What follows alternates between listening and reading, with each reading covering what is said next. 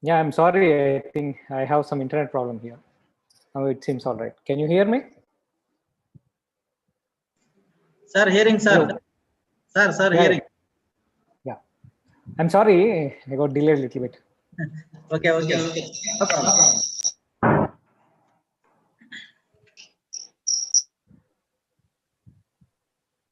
So, dear participants, and today's speaker, good afternoon, everyone. So, I welcome Dr. E. Anil Kumar sir for the 2-week faculty development program on renewable energy intervention in industry, domestic, and commercial applications. So, before handovering the session to the Dr. Anil Kumar sir, so let me introduce the today's speaker. So, sir is an associate professor in the Department of Mechanical Engineering and also Dean Sponsored Research and Consultancy at IIT Tirupati. So, sir is also having a project in the year 1920. So, DST IIT Bombay Energy Storage Platform on hydrogen. So, sir did PhD from IIT Chennai. Sir, areas of interest are hydrogen storage, thermal energy storage, adsorption, heating, and cooling systems, CO2 sequestration, metal hybrid based energy conversion and storage, thermomechanical energy storage, second law analysis of energy conversion cycles, CO2 basis adsorption cooling cycles, Also, sir published 6 papers in the last year itself. So we have only this information, sir, in the website. So if you have any information, please share to the participants so that. So thank you, sir. Yeah, thank you, sir. Thank you for inviting me to give a lecture on hydrogen storage for energy conversion and storage. I hope it is very much related to the topic of maybe you are organizing, that is renewable energy intervention in industrial commercial applications. Thank you for your brief introduction. Yeah, sir. Yeah, let me to introduce again briefly again about myself. Uh, uh, I did my PhD from IIT Madras, from R&D lab. Mostly I worked on hydrogen storage during my PhD. Later I joined as assistant professor in IIT Indore in the year 2010. Okay. There I worked about 7 years at different levels. I was the pioneer head of the department at IIT Indore for mechanical department. And then I also served as a associate dean academic affairs at IIT Indore. Later in 2017, when I got an opportunity to move to IIT Tirupati, being a native state of Andhra Pradesh, I preferred to move to IIT Tirupati. So I joined IIT Tirupati in the year 2017. Then I became the pioneer head of the Department of Mechanical Engineering at IIT Tirupati. I served almost 2.5 years as a head of the department. Then I have taken up the job of Dean Sponsored Research and Consultancy. So this is briefly about myself. And you know that many of you might be knowing about IIT Tirupati. Generally, I give a long introduction, but I was not prepared for this now. IIT Tirupati started its journey in 2015 with 4 branches in BTech, mechanical, computer science, electrical, and civil.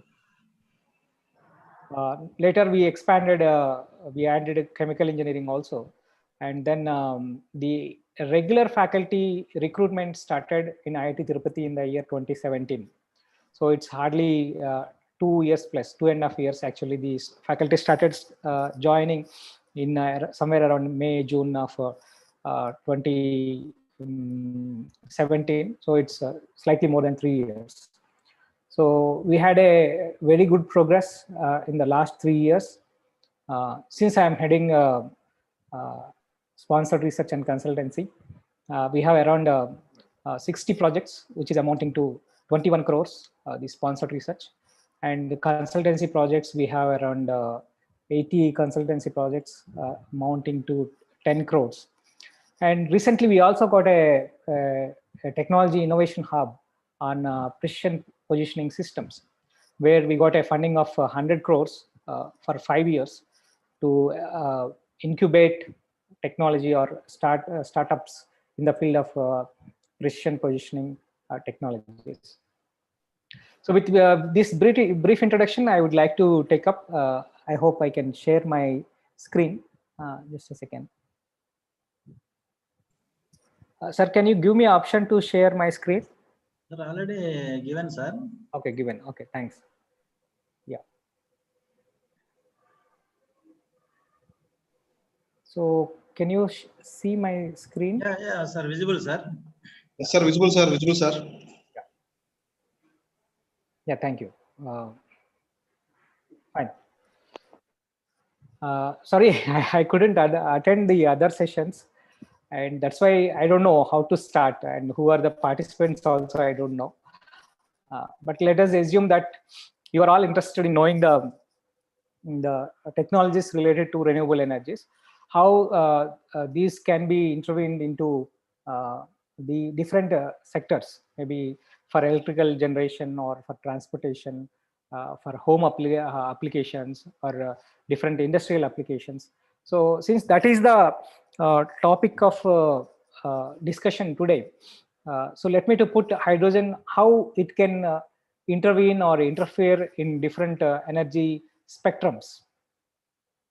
So as all of us know, most of our energy requirements are coming from fossil fuel based sources. Majorly we depend on coal for power generation, to some extent natural gas also, natural gas and other petroleum based power plants. But majorly with respect to the Indian context, the electricity generation is majorly from the coal. And now slowly we are moving towards the renewables like solar and wind. And that is very essential because we are depleting the fossil energy sources at a faster rate. And at the same time, when we dig out these fossil fuels from under the earth, and when we combust and release the harmful gases like CO2 and CO into the environment, thereby we are causing the global warming, which is going to be a major threat. So we know that COVID, how much it has created chaos for the last 1 year at least. Okay, so this is a fast pandemic, but if you see global warming, it is a slow pandemic. We won't realize it till it really comes to a situation where we have to really lower our CO2 emissions into the environment, or we have to control our anthropogenic CO2 emissions into the environment. Otherwise, we have a earth already. We have only 1/3 of the earth is only we have the land. Otherwise, we will start losing that also slowly as the CO2 emissions keep on increasing. Thereby, the average earth temperatures keep on increasing. So for that, that there are many protocols. Recent protocol is from France, where many countries came and made some promises towards reducing their CO2 emissions. Okay, so we also made such a promise to reduce our CO2 emissions. But is it really a feasible one to reduce the CO2 emissions for a country like India? So we are a developing country. We want to increase our industrial productions, manufacturing of the products, new products, or we have to expand our industries to expand the job market. And for any country, the increase in economy is associated, or development is associated with its energy consumption. It is needless to say. You can say how wealthy is a country. You can say by saying the per capita energy consumption. Okay, so our energy requirements won't decrease in future. We have to. It will keep on increasing. In fact, in 1980s, how much energy we use for different purposes, maybe direct applications. Like if you see electrical energy, how much we use, and nowadays how much we are using. There is a tremendous growth. In 1980s, for example, a TV or a television or a fridge is a luxury, but nowadays it is very common. So the energy requirements in all the sectors, not only domestic, if you see transportation also, the number of vehicles are keep on increasing. 1980, again, if you 1980s or 90s, if you see car is a luxury, but nowadays it is a common thing. Two-wheeler or four-wheeler is a very common thing. So number of vehicles are increasing. The energy utilization rate is increasing, and it is going to expected to increase in the future also. It never decreases. Okay, population is increasing, and the energy utilization is also going to increase. But how to deal with the increase requirements in the energy field, whereas we have to mitigate our CO2 release into the environment? Then definitely we have to look for the alternative energy sources like the solar or wind. These are major thing. There are other sources also, but if you consider at a grid level, we see these two options very immediately, solar and wind. And these energy sources are highly intermittent in nature. We get solar insolation, we know how it varies in a day, and we get most of the solar insolation only during the day. It peaks maybe around between 1 and 3, and again slowly decreases. So it is intermittent in nature. Similarly, wind also is intermittent in nature. So then how to deal with the energy requirements throughout? There is a pattern of energy requirements. If you see electricity, there is a pattern. You can get the data from the internet nowadays very easily. The energy utilization pattern of or electricity utilization pattern at a particular place. Okay, but here the energy supply, when you are using especially the solar or wind, which are highly intermittent in nature, you may not get the pattern which you want. So there should be some kind of storage is required. Okay, So to bridge the gap between energy supply and demand, we need a intermediate energy storage. Okay, so that we have to provide at grid level. That is a challenging thing, for the future, when we want to move from the conventional energy sources, which are mostly fossil fuel based, towards renewable energy sources, which are highly intermittent in nature. The major problem is energy storage. So that is going to play a key role in the next 20-30 years, especially in the energy sector. Okay, there is going to be a huge funding, especially in energy storage. There is, in Department of Science and Technology also, there is a separate wing for energy storage itself. They have identified that as an important vertical. Around 2016, they started funding that as a separate call, through a separate call, materials and technologies for energy storage.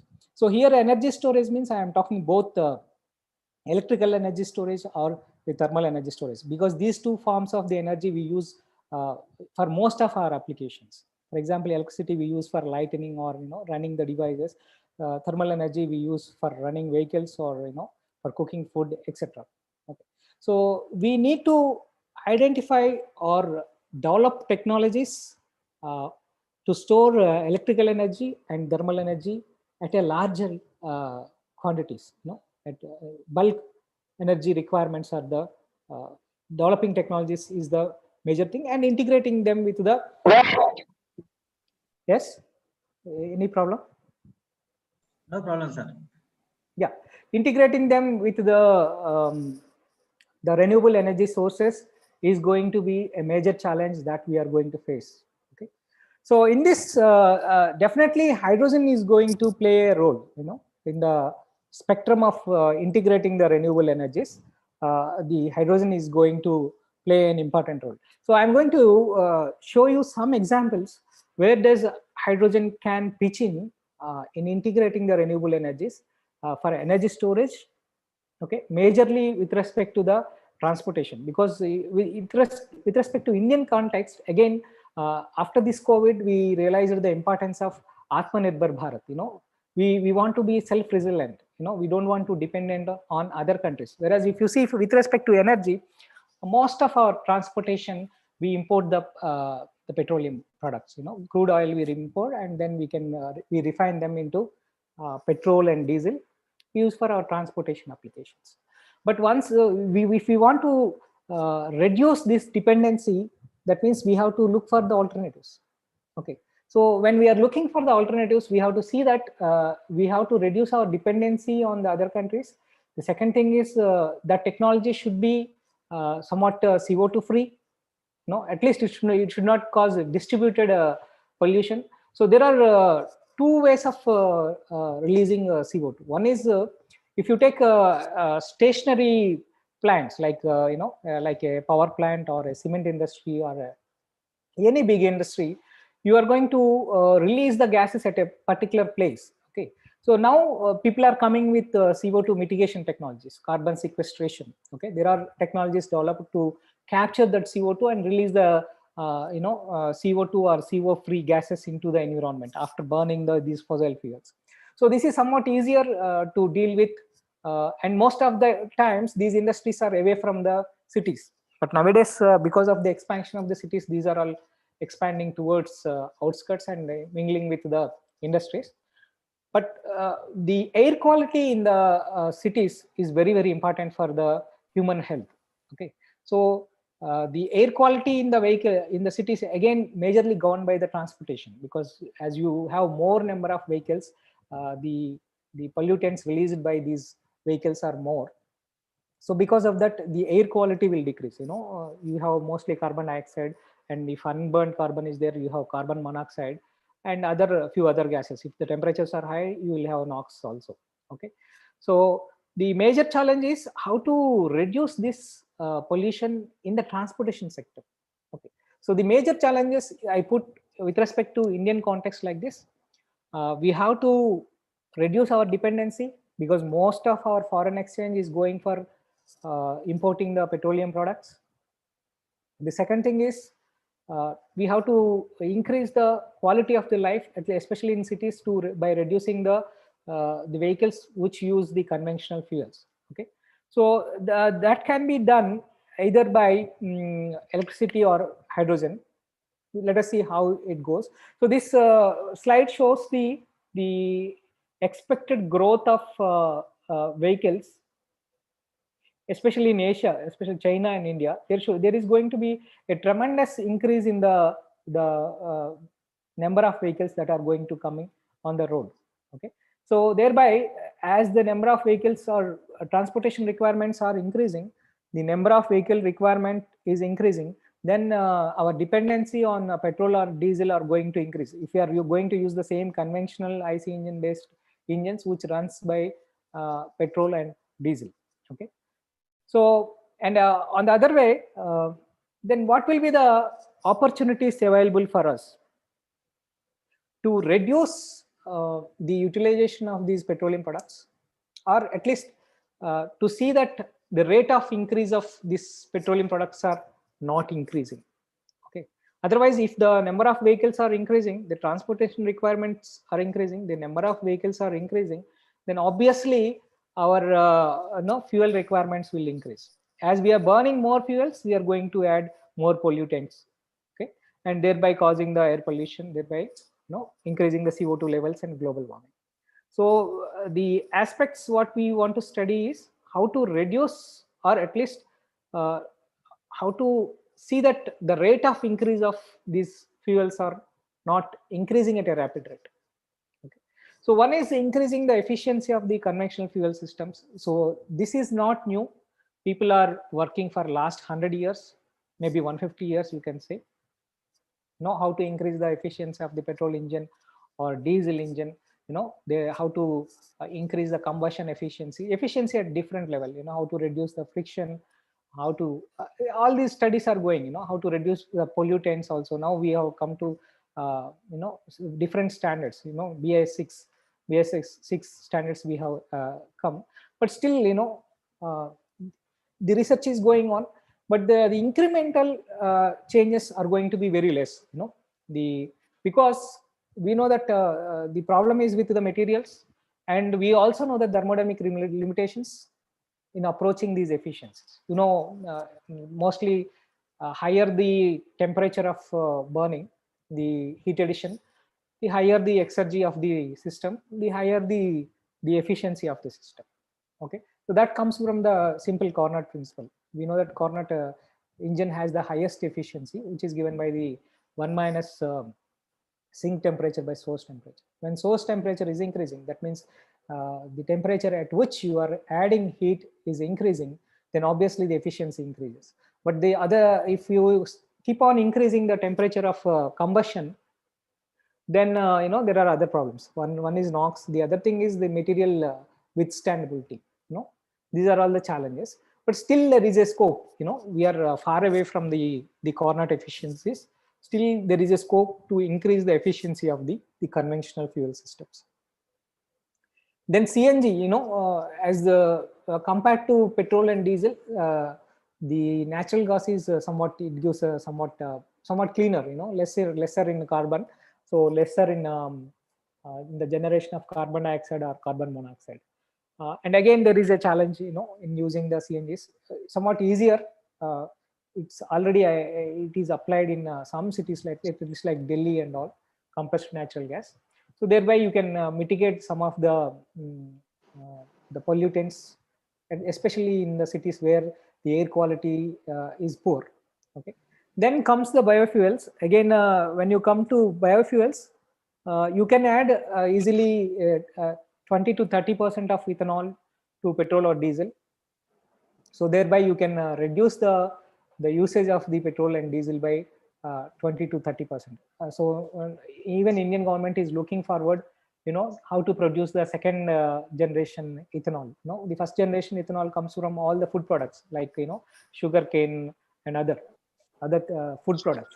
So there again the competition comes. Either you have to use for this land for producing the food products or for bioethanol. So there are again the methods are being developed using the agricultural waste producing the ethanol. So if we are able to scale up this ethanol production using the agricultural waste, we can go up to mixing of the ethanol up to 20 to 30%. Thereby, we can save the petroleum bill by 20 to 30%. The fourth option, which even the government is pushing a lot, is electrical vehicles. No, we are just moving, going to move from the the IC engines to more towards the electrical vehicles in the next 10 to 15 years. But what will be the challenges that are associated with the electrical vehicles? One is again to store the electrical energy, you need batteries here. Again, the batteries means these are all basically people are talking more about the lithium ion batteries. And we don't have lithium sources. Again, we have to depend on other countries for importing the lithium or nickel or chromium for the manufacturing of the lithium ion batteries. Okay, and then the life of the battery, how many times you can charge and discharge, and for a given charge, how much distance you can travel. You have to increase the energy density in the batteries and the thermal management of the batteries. These are all some of the issues related to the electrical vehicles, and many people and research groups are working on it. Okay, so they're going to be a disruptive change in the transportation in the coming years, as we are going to move from the IC engines to the electrical vehicles. So there is necessity for all the academia also to come in, to pitch in, to train our students in the technologies related to electrical vehicles, which is going to be the future. And the fifth option, that is the today's topic, is hydrogen as a energy carrier for especially for transportation. So when you want to carry hydrogen, means hydrogen is used in combination with fuel cells. And then there are some problems associated with even using hydrogen, because when you have these renewable energy sources like solar and wind, then you can use them. When you have excess solar energy or excess wind energy, you can split water using this primary sources of energy, which are carbon dioxide free. Then that excess energy can be stored as hydrogen. Then hydrogen can be used as fuel even for transportation applications, and this can be also considered as a energy storage technology for grid applications, where you have to store a large amount of energy. For example, electric batteries you can use even for grid applications, but you require huge amount of batteries, kind of a few storied building kind of batteries you require to store energy at the grid level. Whereas comparative to batteries, hydrogen may be a better technology, looking at least now appears as a promising technology for even for grid level storage. You can, when you have this in the stations near solar power plants or wind based plants, where you have the excess energy which is need to be stored, more than batteries, you can store it as splitting the water and storing it as hydrogen. Whenever you want that excess energy to be supplied, when solar availability is less or wind availability is less, then you can use this hydrogen to generate the electricity back using the fuel cells. So here the common the major challenge in this cycle is, then you need an electrolyzer to split water using the solar or wind energy. Basically, you are producing electricity, and that electricity you are using to split water into hydrogen and oxygen. Okay, then while it is combining, you require a fuel cell. You can develop a single device which can act as a electrolyzer during the splitting of water, and which also can act as a fuel cell while converting the hydrogen energy back into the electricity. So then you can reduce the total energy, the cost of the energy conversion, and storage. So that is one major challenge.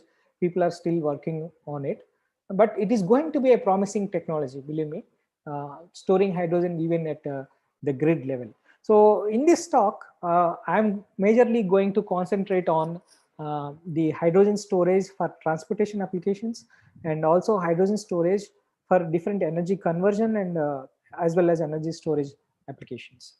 So let us compare the why hydrogen, and let us compare its properties with the other fuels. Why hydrogen is, people see it as a cleaner fuel, but is it really a cleaner fuel? Yes, if it is available simply as a hydrogen gas, we can, or a hydrogen, whatever form it is, either gas or liquid, it is definitely a cleaner fuel, because when you oxidize it, that is nothing but combustion, it gives only H2O. But generally we won't get hydrogen as a element. It is combined with either carbon, and it is the most abundant element in the universe. Even in sun you have hydrogen, which is continuously getting converted into helium, nuclear fusion reaction, and producing the energy which is radiated. What is the energy? Sun energy we are getting. Okay. Even in water we have H2 in the form of water, and in all um, fuels, fuel is nothing but a combination of carbon and hydrogen. Okay, so it is most abundant on the earth. And if you see, any fuel has generally a combination of carbon and hydrogen. As we are moving from heavier carbon to lighter carbon, as the number of carbon atoms are reducing and the number of hydrogen atoms are increasing, there are two advantages with that. Once, as the number of carbon atoms are reducing, as I told earlier, the CO2 and CO will be less when you do oxidize the fuel. When you combust the fuel, the release of CO2 and CO will be lesser. At the same time, when the number of hydrogen atoms are increasing, generally the calorific value, or heating value of higher hydrogen is higher than the carbon. So the heating value will increase. That means if you burn 1 kg of fuel, it releases more amount of energy. Okay, so that is why as you are moving from higher carbon to lower carbon materials, fuels, its calorific value generally increases, and combustion will become easier and more cleaner as you are moving from higher carbon to lower carbon. That means less hydrogen to more hydrogen. So this is, as I told, natural gas. No, it is CH4, has more number of hydrogen per carbon atom. And when you remove this carbon also, we have only hydrogen. Per unit mass, definitely the hydrogen has higher energy density, compared to other fuels. Okay, so by unit mass, the energy density will be more. And when you have hydrogen as an element, it is eco-friendly or environmentally friendly, and it is almost most abundant element. Okay, then if you compare the properties as a fuel, as I told, you can see the lower heating value. So there is a difference between higher heating value, lower heating value. One is considers the moisture, the other one don't consider the moisture. Okay, so the heating value is almost twice that of the gasoline. Gasoline is generally our petrol.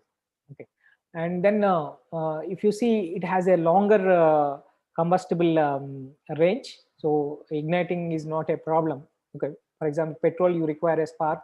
In case of diesel, you require higher compression ratios to ignite the fuel. But in this case, somewhat easier.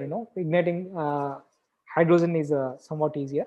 The difficulty with respect to hydrogen is its diffusion coefficient is very high. That means if hydrogen is leaking, it is very difficult to detect also, because it is odorless and colorless. So if you want to add a reagent, some colorful fluid which can show that the hydrogen is leaking, no fluid or no powder can diffuse at the same rate of hydrogen. So that is one challenge with the using the hydrogen. Leak detection is going to be a major challenge with hydrogen. That is one, maybe probably one disadvantage using it as the fuel. So when this hydrogen want to intervene in these energy spectrums, so the conventional energy spectrums we have, so we have to deal with three major steps. One is hydrogen production. As I told, though it has higher energy density per unit mass, but it won't be it is not available as a free element. So we have to separate hydrogen from either from hydrocarbons or from water, and this process should be energy efficient, and it should be a cleaner process. It should be environmental friendly. It should be done in a sustainable manner. Again, we are using the fossil fuels, then it may not be a sustainable way. So the most sustainable way is using the renewable energy sources and splitting the water. Then the second challenge is storing hydrogen. Why storing hydrogen is a problem is it is the lightest gas. We know it is the topmost left corner part of the periodic table, which has only one electron and one proton. It doesn't have don't have neutron. So it is the lightest gas. We play with the balloons also. Because once you leave the hydrogen balloon, it escapes into the environment because it is being very light. Then utilizing the hydrogen in a efficient manner. So fuel cells offers a high energy conversion densities. Okay, so that is going to be already it is a developed technology. So still there are some technology developments required even in fuel cell, like thermal management, stacking, indigenously developing the fuel cell materials and stacks. These are all the challenges. So if you see hydrogen production, most of the hydrogen is coming from again natural gas. This is the production at present, happening worldwide. Hydrogen is used for many industrial applications. For example, it is used for ammonia synthesis. Ammonia is used as a urea. So and there are many other industrial applications also. So hydrogen is produced from steam reforming majorly. About half of the hydrogen produced nowadays is from steam reforming. Again, it produces the carbon dioxide because since we are using the natural gas CH4 for production of the hydrogen, it is also reduced from the heavy hydrocarbons, even coal gasification. Okay, so this is one more technology required with respect to the Indian context, because Indian coal has higher sulfur and carbon content, because we can't use as it is Indian coal. Still, even though we have so many coal mines, we may, for many coal based power plants, we import coal from Australia or other countries, because our coal is not directly usable. So coal gasification, in situ coal gasification is one of the technique where we can reduce our dependency for coal imports on the other countries. So we can gasify the coal and we can supply that gas as a fuel. Okay, so that is there also you can produce hydrogen by gasifying the coal. The least preferred technique is electrolysis. That is what we are discussing most, because it is a highly energy intensive process. It requires a lot of energy to split water. But the major advantage with the electrolysis is it gives pure hydrogen, compared to steam reforming, partial oxidation of hydrocarbons, or gasification of coal. It relatively gives a cleaner hydrogen. When you take steam reforming, however you separate the other gases, you will have the traces of carbon dioxide or carbon monoxide even in the other this thing. Even in electrolysis also, so you may have a little bit of oxygen and H2O, but the chances are very less. You can produce more cleaner hydrogen using the electrolysis process. So these are the present technologies, mostly again fossil fuel based, where the CO2 emissions are not reduced. So we have to move towards the alternative technologies, which are either renewable energies or biomass based, where we should be able to produce bulk amount of hydrogen at a reasonable cost. Cost is also very important when you want to use hydrogen as a fuel. Definitely the cost comparison comes with the petrol and diesel. So we need to produce hydrogen at a lesser cost, at least competitive cost to other fuels, and it should be clean and sustainable. It should not exhaust like fossil fuels. Okay, fossil fuels takes years, hundreds of years to form, but we are exhausting them at a faster rate. So this is not a sustainable way of living. Sustainable energy technologies. So we have to depend on energy sources which are not exhausting, sustainable way, like solar and wind. So we have to use these sources for producing the hydrogen. Okay. So the next challenge is storing the hydrogen, especially for transportation applications. As I told, the major challenge with the hydrogen is it is lighter, means its density is very less. That means if you take 1 meter cube of a container, you can store only some um, 0.0179 kg per meter cube. That is the density of the hydrogen. That means you can store about 18 grams of hydrogen in 1 meter cube tank. That is very less, at 1 atmospheric pressure if you want to store.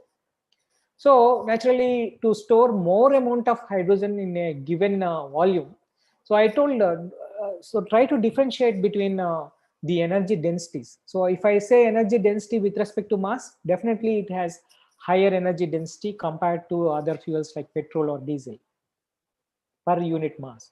But when you take per unit volume, since it is a lighter gas, okay, light in weight, per unit volume at normal conditions, it has lower energy density. Per unit volume, it has lesser energy density. So you have to increase the volumetric energy density of the hydrogen, means you want to put more and more amount of hydrogen in a given volume.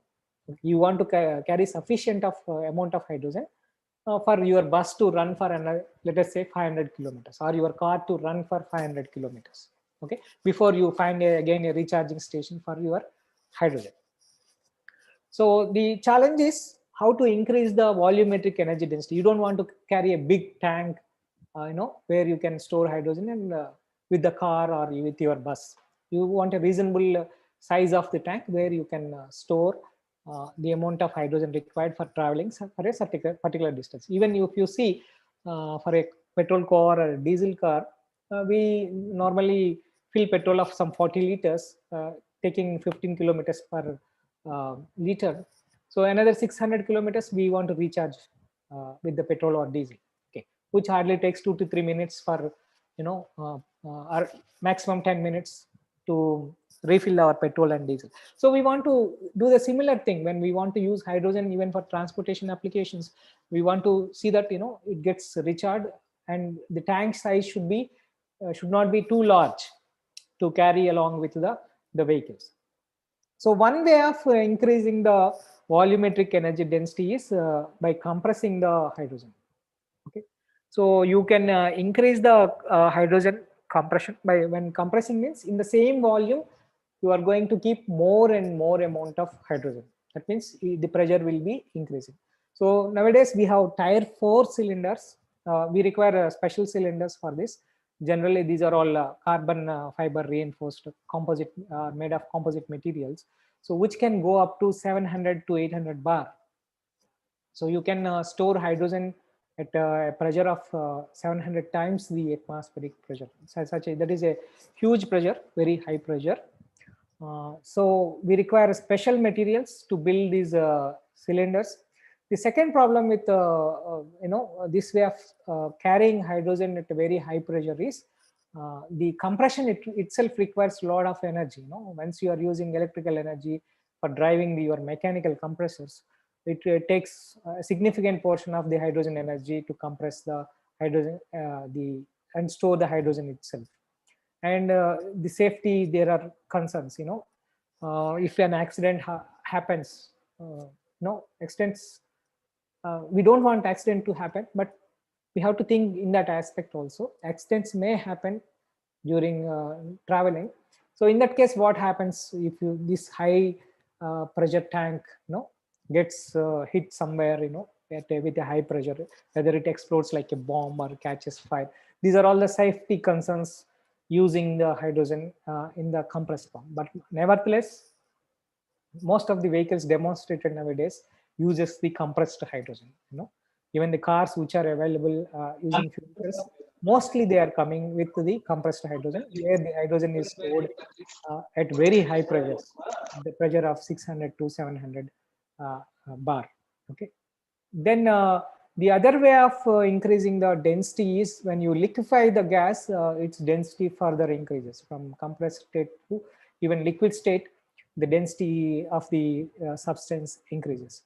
So at the ambient atmospheric pressure, the hydrogen can be liquefied at minus 253 degrees centigrade. That means about 20 Kelvin. Okay, so you require cryogenic equipment to liquefy the hydrogen or to take the hydrogen to such a low temperature, minus 253 degrees centigrade at atmospheric pressure. So this is also a highly energy intensive process. Okay, maybe you may you know how to liquefy the gases. Like you may be using Linde's cycle, or Joule Thomson expansion, or mixed refrigerants. These are all the different techniques you can use to obtain such a low temperatures. Again, you may need to compress the gas to very high pressures, then expand it irreversibly, then reject the heat, then liquefy the hydrogen. These are all the some of the techniques. Requires a lot of equipment, and this is also a highly energy intensive process. And once you are carrying, suppose you are carrying hydrogen at this temperature, there will be always a boil of loss. What is a boil of loss is because the surrounding temperature will be high compared to the temperature at which hydrogen is stored. For example, if you take a normal temperature of around 30 degrees centigrade, about 300 Kelvin, and here it is stored at 20 Kelvin. So there is a temperature difference of around roughly 280 degrees centigrade or Kelvin. Such a high temperature difference, however insulation you provide, there will be heat loss from the surroundings to the hydrogen. As heat is transferred to it, it starts boiling off.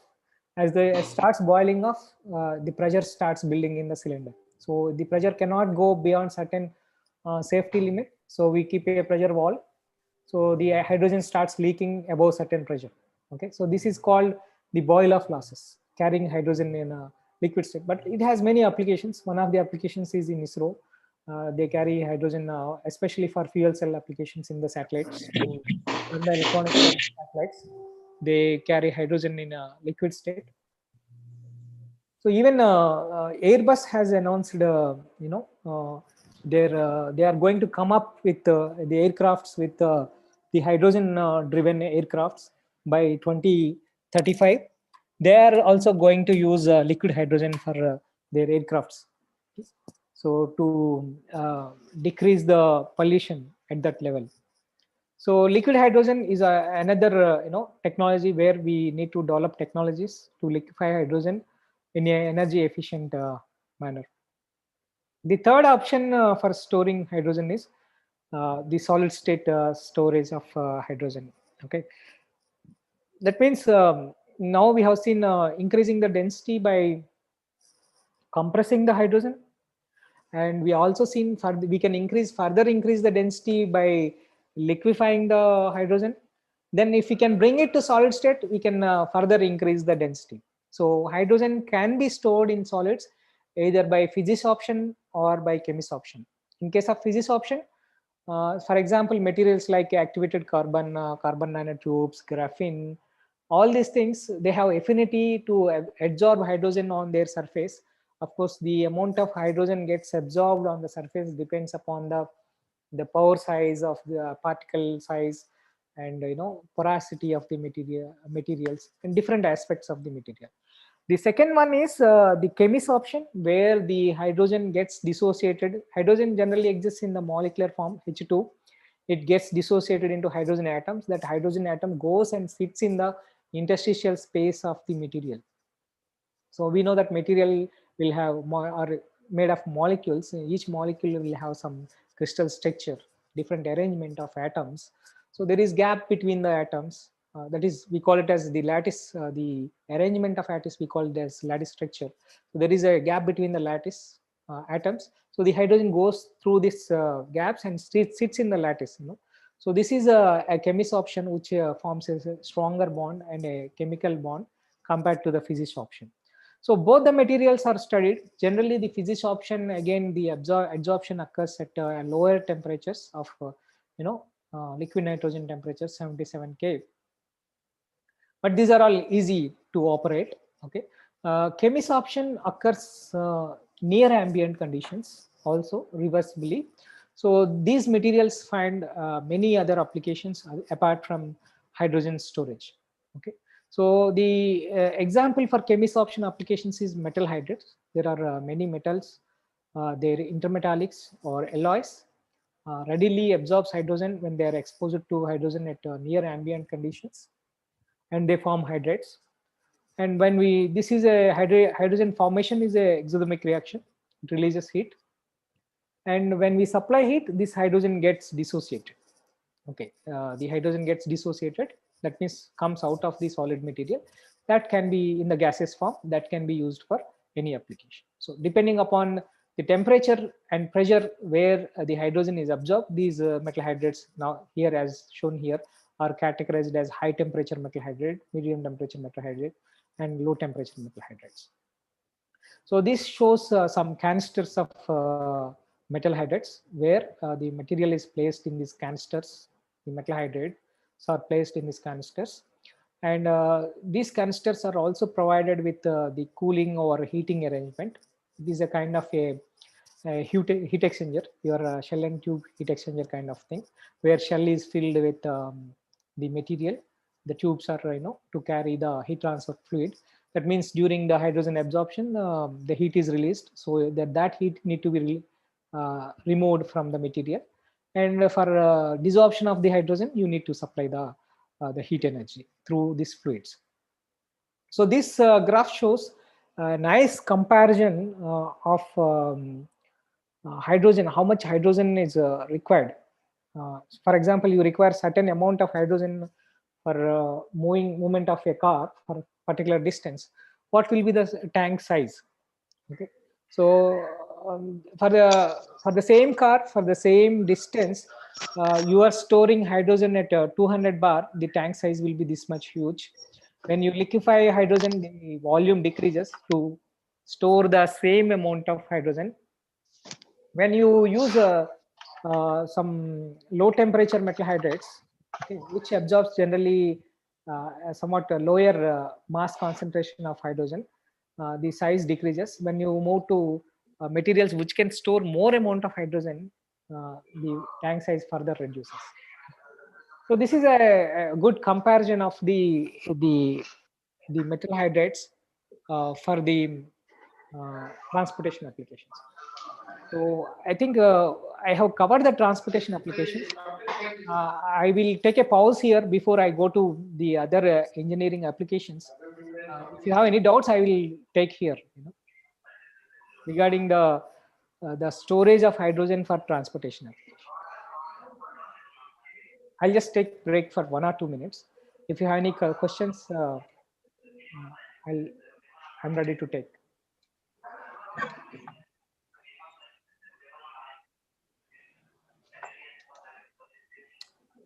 So I think no one is interested to ask questions. So let me to continue here. If you give me just 2 seconds. So dear participants, if you have any questions, you can ask. So sir is ready to answer. So you can unmute yourself and ask any doubts or questions.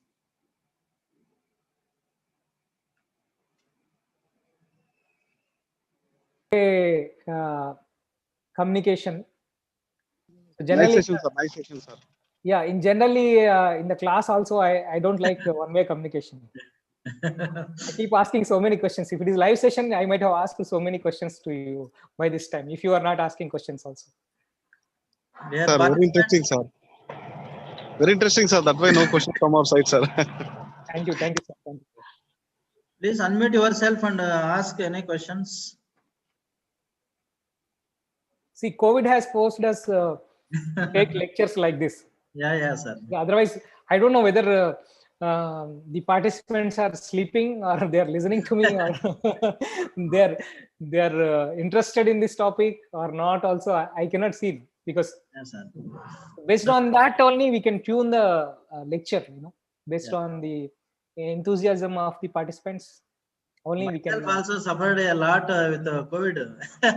I hospitalized for 2 months. Oh my God! That's good why that you are back. Phase one not conducted according to the plan, sir. Okay. That's why we started the plan, phase 2. Still, it is 14th, 26th time is there. That's why we started the phase 2. But phase 1 is in pending, sir. Okay, So we'll once again meet you for phase 1 also. definitely, sir. Okay, sir. Then I'll continue my lecture for another next 40-50 minutes. Then Yes. maybe we'll pause it again one more time Okay, sir. for the questions or doubts or anything they want to know from me more, not only related to this topic, maybe regarding the opportunities Yeah. with IITs. What are the how we can mentor you if you want to do something and all those things. I will try to explain after the Okay. lectures. So far we have seen the transportation applications, the challenges related to the transportation. So now I'll carry on with the stationary applications of the hydrogen. Okay. So let us see more about the metal hydrates to try to understand what are these wonderful materials, how these materials can be used for developing some energy conversion and storage applications. So as I told briefly in the previous slides, that certain materials and their alloys or intermetallics absorbs hydrogen reversibly. Means absorption is one reaction happens where the metal alloy or metal intermetallic gets converted into metal hydride. Then when you supply the heat, the reverse reaction happens. The metal hydride gets splits into the metal intermetallic or alloy and hydrogen. So this is shown here in the form of a reaction. You have the material in the form of a intermetallic or Li. So that combines with hydrogen when it is exposed to the hydrogen, and it releases heat during the absorption process. During the absorption process, then it forms the metal hydride.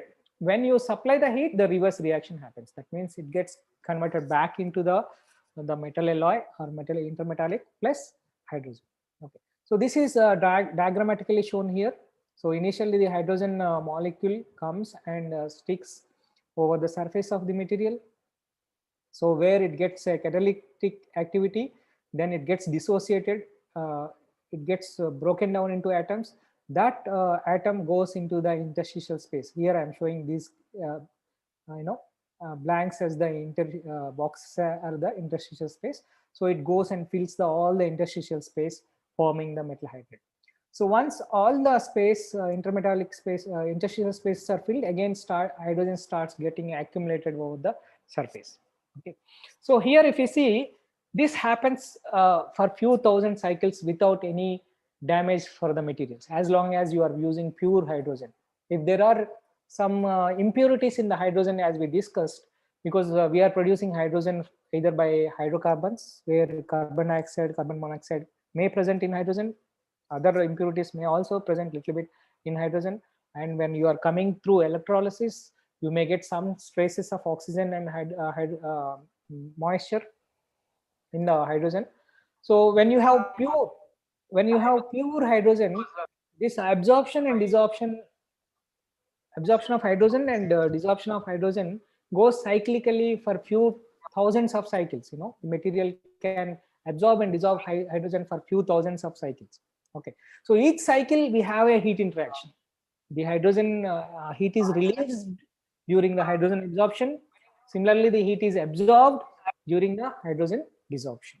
So as it involves heat interactions during cycling of hydrogen, okay, so we have an opportunity to uh, interact with these reactions in terms of the heat. Either we can utilize this heat, or we can send the heat and produce a kind of a cooling effect. So these heat interactions can be used apart from hydrogen storage. These materials found applications for hydrogen compression. Okay, you can use heat energy for compressing the hydrogen, as generally we use mechanical energy, right, for compressing any gas. So mechanical energy is a high grade energy compared to the heat energy. In thermodynamics, that is the first we study when we study the second law of thermodynamics.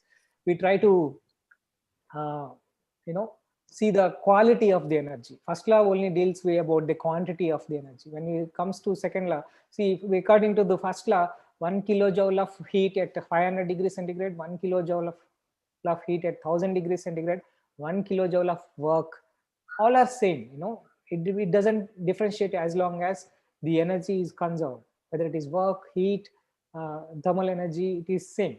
But when you come to second law, you will understand, the quality of the energy. The higher the temperature it has, the higher the exergy, the higher the potential to extract work from it.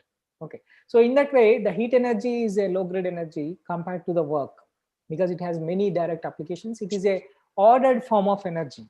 It is a ordered form of, means with less entropy, more ordered fashion of energy. We can see the mechanical work. So instead of mechanical work, we can use the waste heat for compressing hydrogen. Then we can save some energy in the intervening of hydrogen compression when you want to carry hydrogen as a compressed state for your vehicular applications. The second application what I'm going to cover in this topic is the cooling and heating systems. Generally, we have for cooling we use vapor compression refrigeration systems, or we very rarely we use vapor absorption systems or domestic applications. But for commercial applications, we use vapor absorption systems, which works on ammonia water or lithium bromide water. Bigger systems where we have a bigger plant. We can this can be heat operated. Okay, you can fire natural gas and it can be heat operated. For commercial applications, you want a centralized air conditioning system or a district air conditioning, district cooling, or district heating. It is not very common in India, but other countries it is very common. You have a one place you produce lot of heating. In case of winters, you supply that with as hot water, and that is used for heating of the houses. But here we use discrete systems. We want air conditioning, means we will buy a single 1.5 ton air conditioner or 1 ton air conditioner for our room applications.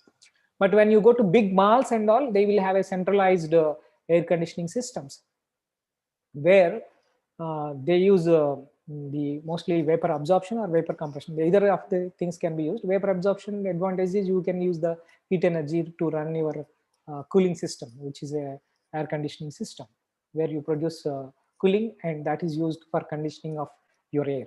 That is produced at a single place, and that is circulated with the water, as a cooling water in the pipeline. And there will be a heat exchanger where you can condition the air using this cool water to the required temperature and humidity that can be used for your air conditioning applications. So this is one way of producing heating and cooling.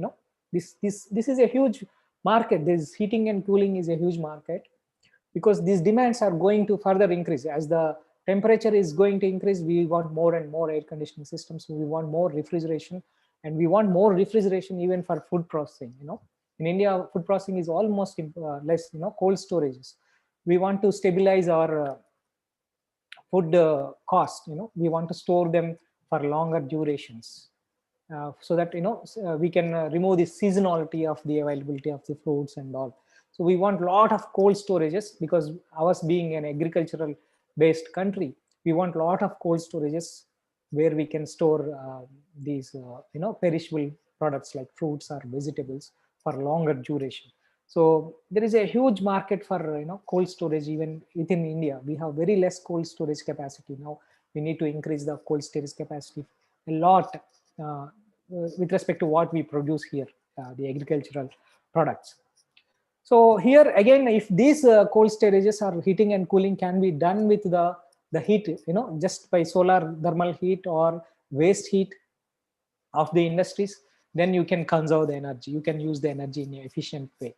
And the third application is energy storage. As I told, energy storage, needless to again reiterate the importance of energy storage. This is required. It's going to play a vital role in energy integration, especially the renewable energy integration in the future. Okay, if you want to do research, if you're constrained to do research or a PhD in energy, I advise you to take energy storage as one of the important topic. This is going to be one of the key vital research area in the next 20 to 30 years. I am telling you, energy storage for transportation, energy storage for grid applications, integrating them. This is going to be a very, very important area. That's why I'm emphasizing a lot here. And of course, these also have some other applications like nickel metal hydride batteries. So in batteries, we know that, generally we use rechargeable batteries nowadays. Mostly they are lithium ion based now. Earlier, some market is there for nickel metal hydride batteries also. but nowadays it is mostly lithium-ion batteries. In nickel metal hydride batteries, the hydrogen get exchanged between the anode and cathode during charging and discharging process. Then these materials can also be used for hydrogen purification. As I told, hydrogen comes out either any of the processes, either it is by the steam reforming or natural gas reforming, or then reducing the hydrocarbons, partial oxidation, or in situ gasification of coal. Everything comes with some impurities. We need to purify hydrogen before we use them for fuel cell and other applications. So purification is one of the important technological development requirement.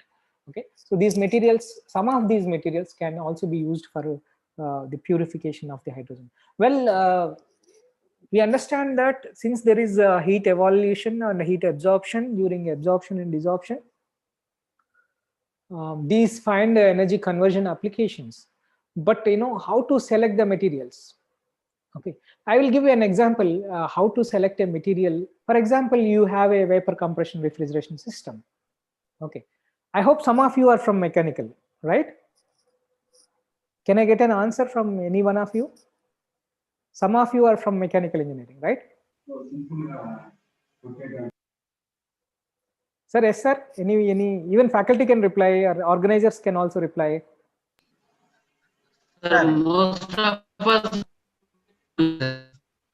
So most of them are from mechanical engineering, right? Yes, sir.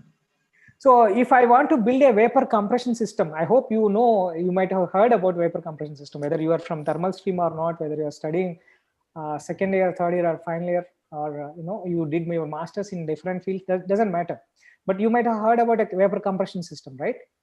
A simple refrigerator, your domestic refrigerator. Yes, sir. Where we use R134A, right? So what properties we look for this refrigerant when we are selecting this refrigerant for vapor compression refrigeration system? What is the major property we look for? You know how a vapor compression refrigeration system works? So generally the refrigeration effect is produced when the refrigerant is getting converted from liquid to vapor. Okay, so here in your deep freeze, the refrigerant gets converted from liquid to vapor. So it requires latent heat of vaporization that collects in the deep freeze. Okay, so that means if the vapor is evaporating, let us say I am operating this evaporator near ambient conditions, let us say 1 atmosphere, and I want to maintain the evaporator at minus 25 degrees centigrade. Okay, so I want a fluid which is evaporating at the temperature and which can collect that heat at minus 25 degrees centigrade.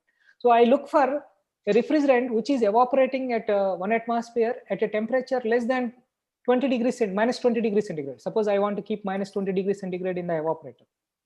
So I see for a working fluid which is evaporating at minus 26 degrees, less than minus 20 degrees centigrade at 1 atmospheric pressure, right? So if you see R134A, it has a boiling point of minus 26 degrees centigrade around 1 atmospheric pressure. That means at 1 atmospheric pressure, it evaporates at minus 26 degrees centigrade.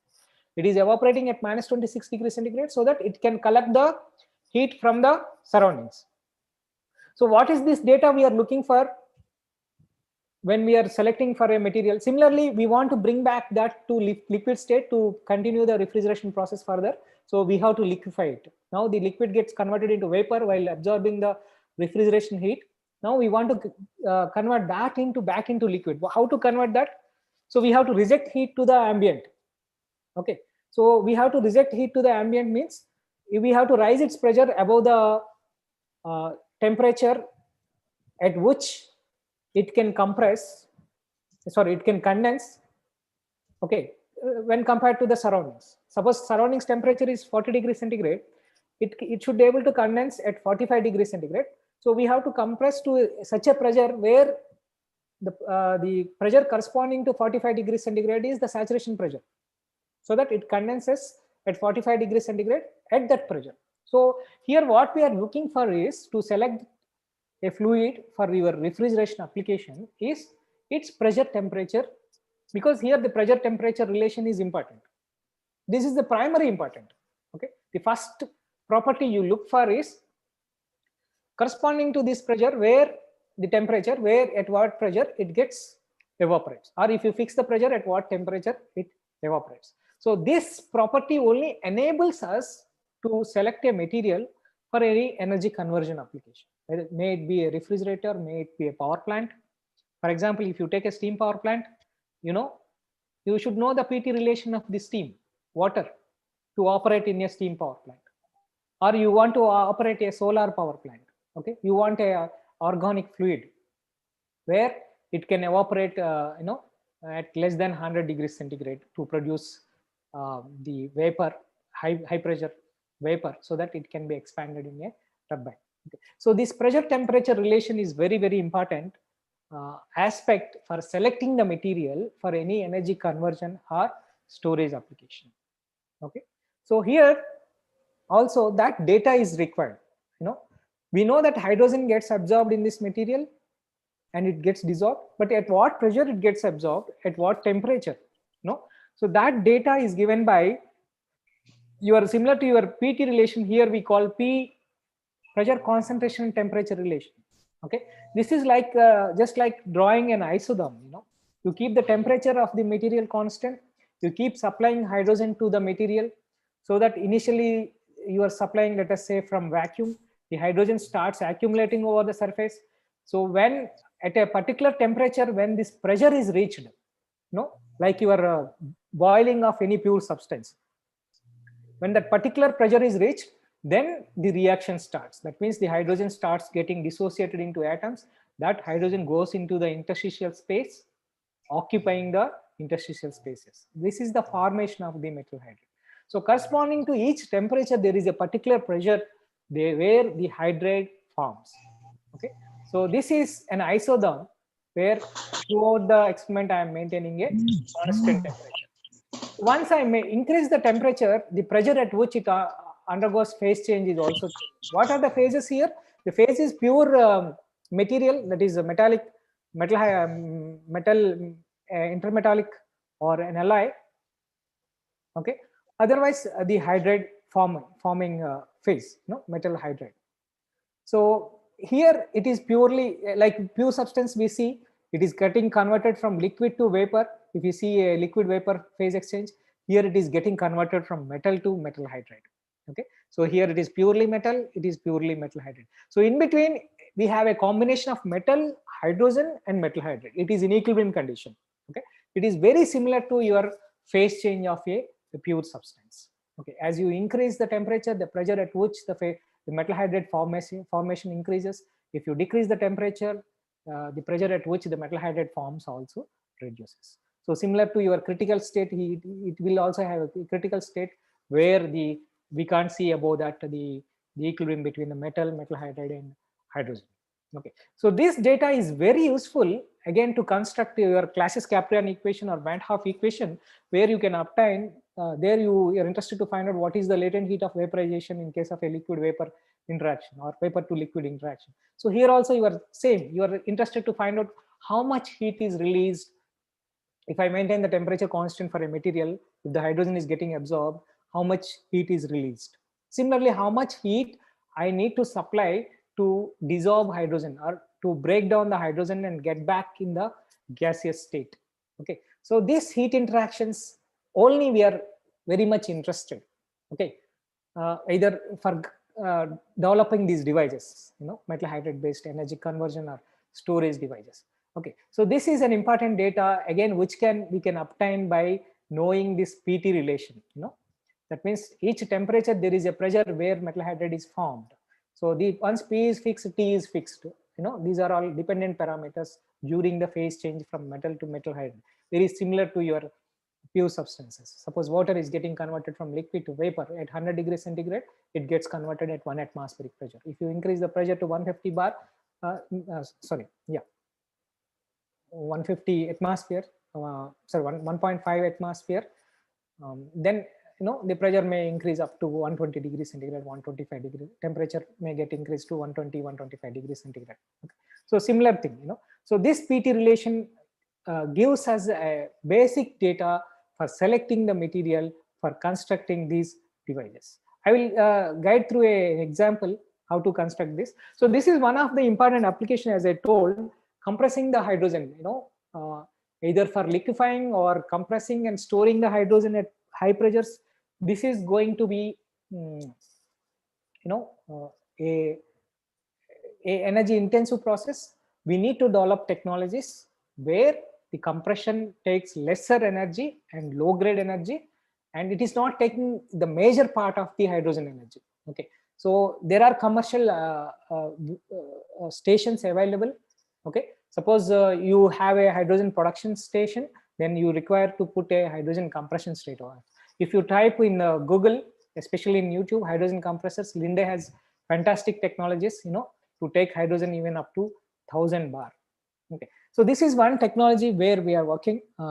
As I told, as given in the introduction, this is one of the projects I am working on. Okay, so right now I have 6 projects, ongoing projects, but unfortunately I'm not getting the enough students to run my projects. I'm also looking for the students, to employ them in my projects. I'm not getting enough students, so this is one project in collaboration that is mentioned in the introduction, that is DST IIT Bombay hydrogen energy platform. In this, I am working on developing a hydrogen compressor. My aim is to compress hydrogen at from 1 atmosphere to let us say 250 bar, 250 times. The pressure ratio is 250 times, you see, using heat energy at 100 degrees or less than 100 degrees centigrade. Okay, so how does it works? If you see how does it works, this is I have taken from a paper I quoted here. So please, whatever, if something I am taking from others, we should always quote it. So I'm quoting here because some of this diagram I am taking from this this graph I have taken from this paper. So I told you that there is a PT relation, pressure temperature relation. Means if you fix the temperature, the pressure at which metal hydride forms is fixed. So as you increase the temperature, the pressure at which it forms or dissociates also increases. For example, I take one material, some metal hydride in this. I maintain a temperature of 20 degrees centigrade in the metal hydride. Okay, so now the hydrogen can get absorbed here at 1 atmospheric pressure. The pressure is such a way that it gets absorbed at 1 atmospheric pressure. So I am supplying hydrogen at 1 atmospheric pressure to this metal hydride, which is maintained at 20 degrees centigrade. So I am circulating a coolant at 20 degrees centigrade. Let us say it need not be 20, 30 also fine at room temperature. Okay, I am supplying the coolant at room temperature. So this is a kind of a metal hydride is placed in a kind of a shell and tube heat exchanger, where the shell contains the metal hydride, and a tube I have a water circulation. So I am circulating the normal atmospheric conditions, water. So the bed is maintained at atmospheric conditions so that it absorbs hydrogen at 1 bar pressure. Now I stop this, it completely absorbed. Okay, got saturated, material got saturated with hydrogen. Now I stop supplying the hydrogen at 1 atmosphere. Now what I do is I take some solar heat. I have a solar flat plate collector, okay, which can supply around 70 degrees or 80 degrees centigrade hot water. So that hot water I am supplying to it. Okay, so I am supplying through the metal hydride bed. So what happens? The bed temperature increases. So from this point, so here this is the low temperature line where the hydrogen is absorbing at 1 atmospheric pressure. Okay, so I completely stored the hydrogen. Material got saturated at 1 atmospheric pressure. Now I just started rising the temperature of the bed by supplying the hot water through the bed at, let us say, some 70-80 degrees centigrade, which is easily obtainable through using a solar flat plate or from some industrial waste heat. I'm getting that heat energy. So I just heat the bed so that its temperature rises up to T4. So now this point onwards, I start desorbing the hydrogen. So it comes out, let us say, from 1 atmosphere to some, let us say, 30-40 bar. So to what extent it gets compressed depends upon the PT relation. So this shows the PT relation. You see the temperature is along the x-axis, the pressure is along the y-axis. Okay, so once the temperature varies, the pressure also varies. If this is more slopy, then the change in pressure with respect to temperature is higher. So I will get higher pressure ratios. Okay, if this is less slopey, I'll get the less pressure ratio at that, but I will always get hydrogen at a higher pressure. So now what is important to me, what is important to me is selecting a right material for compressing the hydrogen from 20 degrees centigrade to using the heat energy at 70 degrees centigrade, so that I can achieve a particular pressure ratio and I can dissolve hydrogen at 30-40 bar. That hydrogen I collect in a second tank, whatever is dissolved by this met. I combine with one more metal hydride bed which absorbs this hydrogen at 30 degrees and 30 bar pressure. Now the next cycle I use a PT relation material with a higher PT relation so that it can dissolve hydrogen, let us say, at 120 bar or 130 bar. The same heat energy, I'm not grading up the heat energy. The same 70 degrees hot fluid I am using to heat the second bed also. Okay, so that it gets heated up and dissolves hydrogen at a higher pressure. Like that, the third step. So within three stages of hydrogen compression using three materials, same heat source which is available at let us say 70 degrees centigrade, in three steps I can achieve from 1 bar to maybe 250 bar. Okay, so after 2 years, if you come to my lab, if you are coming to Tirupati to visit Lab Balaji, you come to my lab, I will show you this. This multi-stage compression where the hydrogen is compressed from 1 bar to, let us say, 200 bar, above 200 bar, just using heat energy at 70 degrees centigrade. Okay, so this is one application. The second application, as I told, compressing the hydrogen, this cooling or heating effects, producing heating or cooling effects. Okay, so here also you are I have taken this with two materials I have taken. We require two metal hydride beds here. So one metal hydride beds, let us say this is two metal hydride beds. I am differentiating B and A. B I am loaded with this mish metal based hydride. A I loaded with the lanthanum based hydride. Okay, so I am a thermal engineer. Don't think that I am a material engineer because I am talking about all these materials. It is a requirement, we should learn, even though my specialization is from thermal, in the situation forced me to learn about materials. Okay, so nowadays, here afterwards, everything is going to be interdisciplinary. We can't stick to one field. If you take electrical batteries, it is going to be electrical vehicles, it is multidisciplinary. You want electrical people, to understand the motors, converters, then battery, the usage of battery. You want chemistry, you want to understand the chemistry of the batteries. Then you want a mechanical engineer to understand the drives, pickup and all, other different systems. And you want a computer science engineer to understand the IoT, big data, or machine learning, artificial intelligence, manless vehicles. So in future, don't think that without mechanical engineer everything will happen. So I know that most of the private engineering colleges have a kind of look at mechanical engineers, but don't think that we do require to manufacture these machines or to have a domain knowledge about the mechanical engineering. So I'm just giving an example. So here the material, sorry for deviating from the actual subject. The mish metal based material is desorbing hydrogen at 0 degrees centigrade. Okay, if you observe this is a 0 degrees centigrade desorption, and the other material is absorbing at 40 degrees centigrade. So see that I have selected two materials such that the PT relation is like this. One has this PT relation, the other has this PT relation. So this material is desorbing at 0 degrees centigrade hydrogen. The other material is absorbing at 40 degrees centigrade. So I have three temperatures here: 0, 40, and 180 degrees centigrade. Okay, so this is desorbing at 0 degrees centigrade. So that means it is absorbing heat at 0 degrees centigrade. That means it is producing refrigeration effect.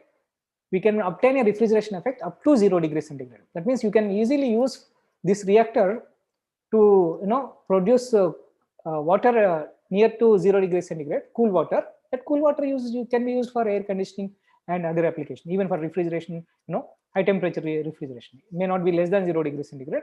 Above 0 degrees centigrade refrigeration purposes you can use. So here this is producing the refrigeration effect. So thereby releasing the hydrogen at a low temperature, which is getting absorbed by hydrogen by the other material. Now what I have to do to continue this process, I have to bring back hydrogen to this. Okay, so that means I have to drive out hydrogen from this reactor to this reactor. So I have to heat this reactor to 180 degrees centigrade and this reactor to 40 degrees centigrade. Now again delta P is there between these two temperatures. Now I supply heat energy from the available source energy to this, so that hydrogen is driven out, which is absorbed by the other material by desorbing heat, rejecting heat at 40 degrees centigrade. Now again I transferred back hydrogen from this lanthanum based hydride to mesh metal based hydride. Now I cool back this to 0 degrees and this to 40 degrees. That means one thermodynamic cycle is complete. I brought back this to this condition, this to this condition. So I have constructed a cycle where I am using the heat energy to produce the cooling effect. See, this is very similar to your ammonia water system or lithium bromide water system, where in case of ammonia water system, the water ammonia solution is absorbing the ammonia and you are heating it in a generator to remove the ammonia, and again to use it, condense it and use it for the producing the refrigeration effect. In case of lithium bromide system, water is the refrigerant and lithium bromide and water solution is absorbing it. So here that liquid absorbent I am replacing with a solid absorbent. That is nothing but metal hydride.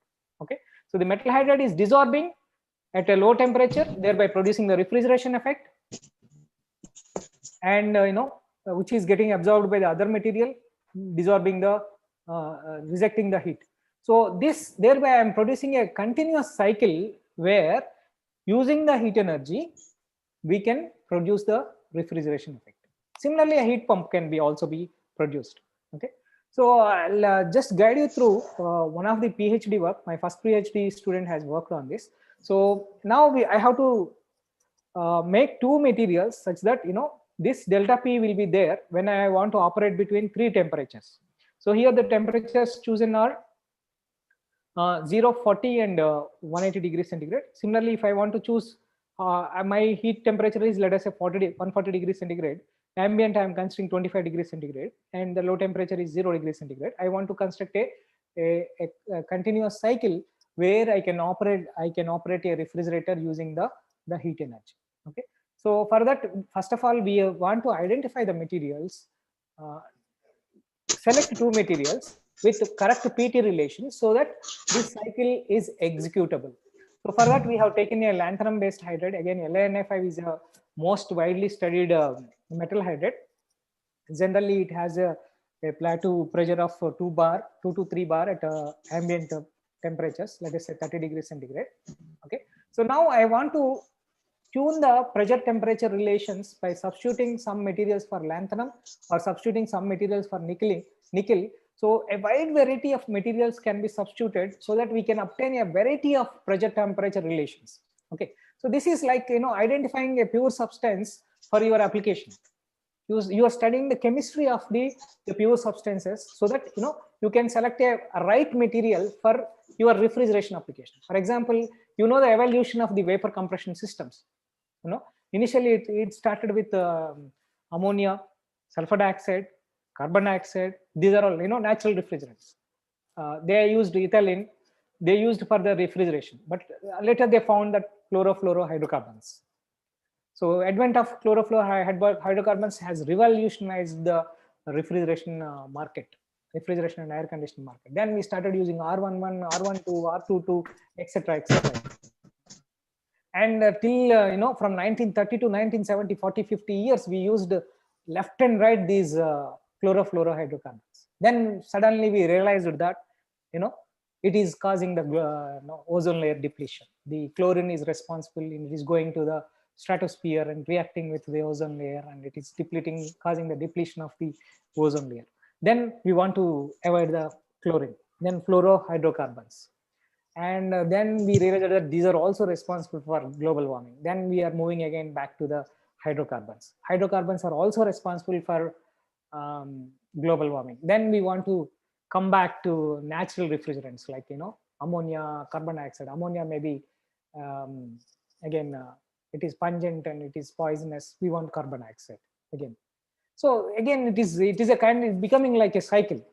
Okay, so hydrogen, if you see it as a refrigerant, it has its own advantages, right?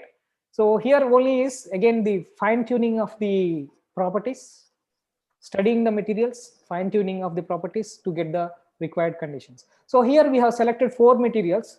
So CE substitution in lanthanum increases the plateau pressure where the hydride forms at a particular temperature. Similarly, aluminum substitution for nickel reduces the pressure at which hydride forms, so that we can get a combination of 2 pairs where we can cyclically produce, exchange the hydrogen between the 2 metal hydride beds, as I explained in the previous slide, and we can use the heat energy to produce the refrigeration effect. Okay, so once we have these materials, we need to characterize their isotherms. Again, it requires a setup. So we have developed this setup where we used a volumetric method. We have taken a material sample in this reactor and kept in a thermostatic path, which is maintained at a constant temperature. Now I evacuate this material completely. Then I start putting hydrogen in steps to this material. So in each step, I just wait. I just step up the pressure. Suppose it is vacuum, I take hydrogen till 1 bar. Then I put in contact with this. I will wait for the equilibrium to happen. Okay, it absorbs hydrogen. So equilibrium comes. I measure the pressure drop in the known volume. So using the simple gas equation with some compressibility factor, because hydrogen may not be considered as ideal gas at high pressure and temperature, high pressures. So for that, we need to use the compressibility factor. We can still use the ideal gas equation. So we can do the mass balance and find out till that particular pressure, how much hydrogen is absorbed. So we can obtain these isotherms like this using that setup.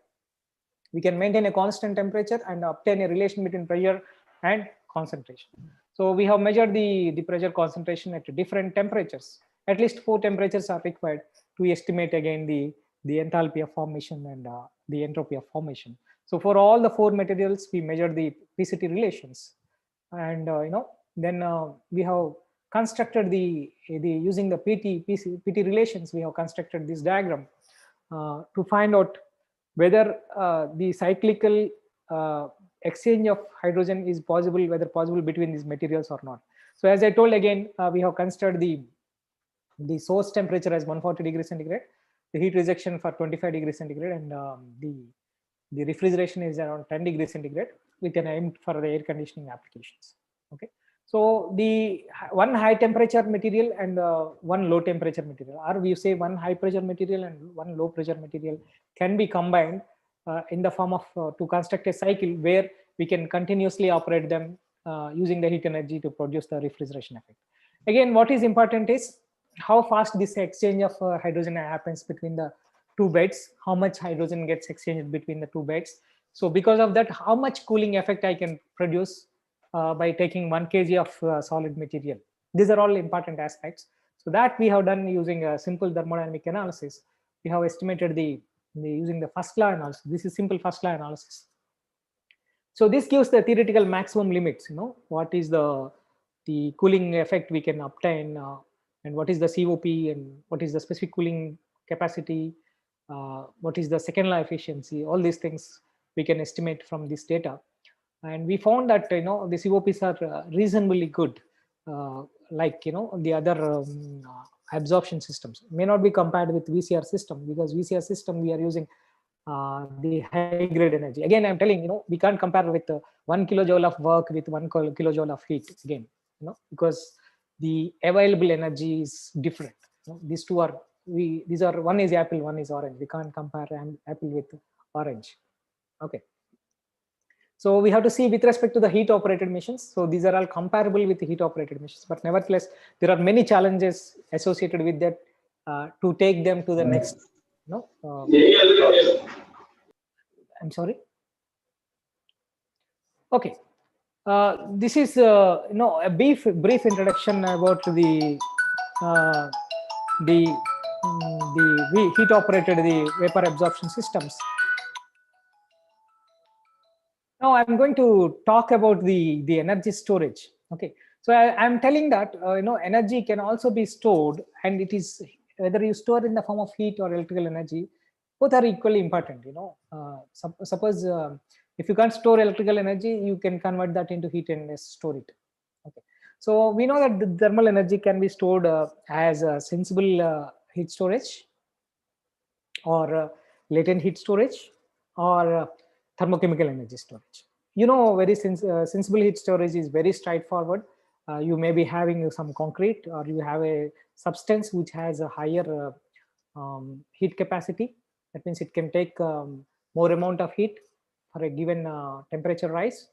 Okay, so its temperature increases when you pass the high temperature fluid through it. When you want to retrieve that heat, you pass the low temperature fluid through it, so it collects all the heat and comes out at a higher temperature. Okay, so the second one is latent heat. Once a phase change material is undergoing a phase change, you supply heat whatever is available. So the phase change material undergoes a phase change from liquid to vapor or solid to liquid. Then when you want to retrieve that, then you cool it. You just absorb the heat by circulating to a coolant through it. So the heat is retrieved from it, while the fluid is the substance is undergoing a reverse phase change. Okay, so these are all reasonably sensible heat storage is widely used for heat storage. Latent heat storage is also in the development stage. Okay, so the third one we are proposing is thermochemical energy storage. That is using the sorption. You have metal hydride. When you have the heat energy, you supply to the metal hydride, it dissociates into metal and hydrogen. That hydrogen you store it.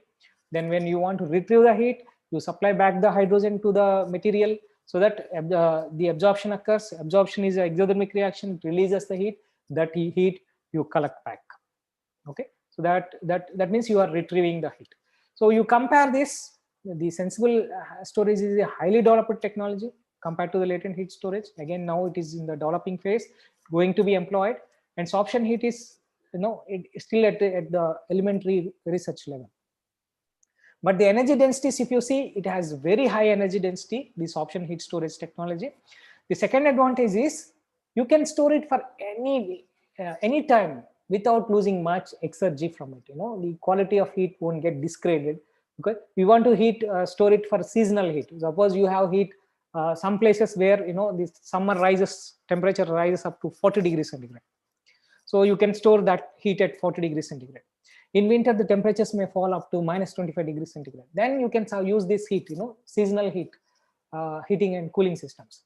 And during winter, you store that cold, which can be used for air conditioning during the summer. These are all possible. Only thing is we should able to develop technologies where even in a day, from day to night, there will be drastic variation in temperatures, especially in desert areas. Day may be 45, night may be minus 50, just 15 degrees centigrade. 30, 40 degrees temperature variation may be there. So we can use these storage technologies to alternatively use. When you want feeling hot, you want air conditioning. When you are feeling cold, you want heating. You can alternatively use, so that you can reduce the energy consumption, other which are fossil fuel based energy generation, power, electrical energy. You can reduce the usage of the electrical energy, can be reduced.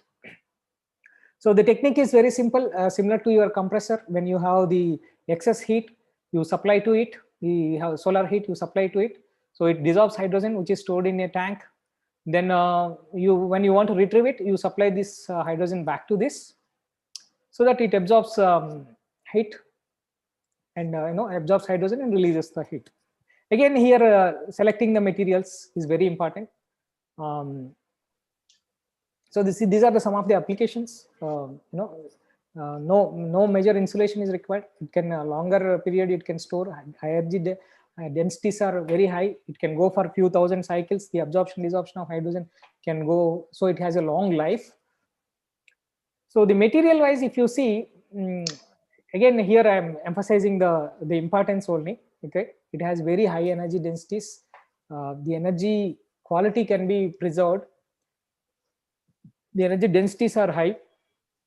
It can long life. It will have long life. The maintenance is very less. Okay, so the material wise, if you see, you have the required characteristics are because if you want to the rate of heat storage, if you want to see how fast you can pass the fluid through the metal hydride bed, that means it depends upon how fast the hydrogen gets released or how fast the hydrogen gets absorbed, and how much heat is released during the hydrogen absorption or desorption. If the heat of absorption or heat of desorption is higher, then you require less amount of material to store the same amount of heat or to retrieve the same amount of heat. Then equilibrium pressure, the pressures operation should not be too high. If the pressures are too high, then the system becomes too bulky. You have to use the containers with higher wall thickness. Okay, so you don't want very high pressures during this absorption and desorption reactions. Okay, and the cyclic stability, it should go for few thousand cycles. It should not get degraded with a few cycles. Okay, so that is one important. Hydrogen capacity, this is also very important because it has high hydrogen capacity. The amount of heat released or absorbed will be more. You need to use less amount of material, so the system size reduces. Once the system size reduces, the material quantity reduces, of course the cost is also automatically reduced. So this cost is also, we should compare with the sensible heat storage and the latent heat storage. It should be competitive. It should not be again a high cost when compared to the sensible heat storage or latent heat storage. Excuse me, just let me to take a sip of water.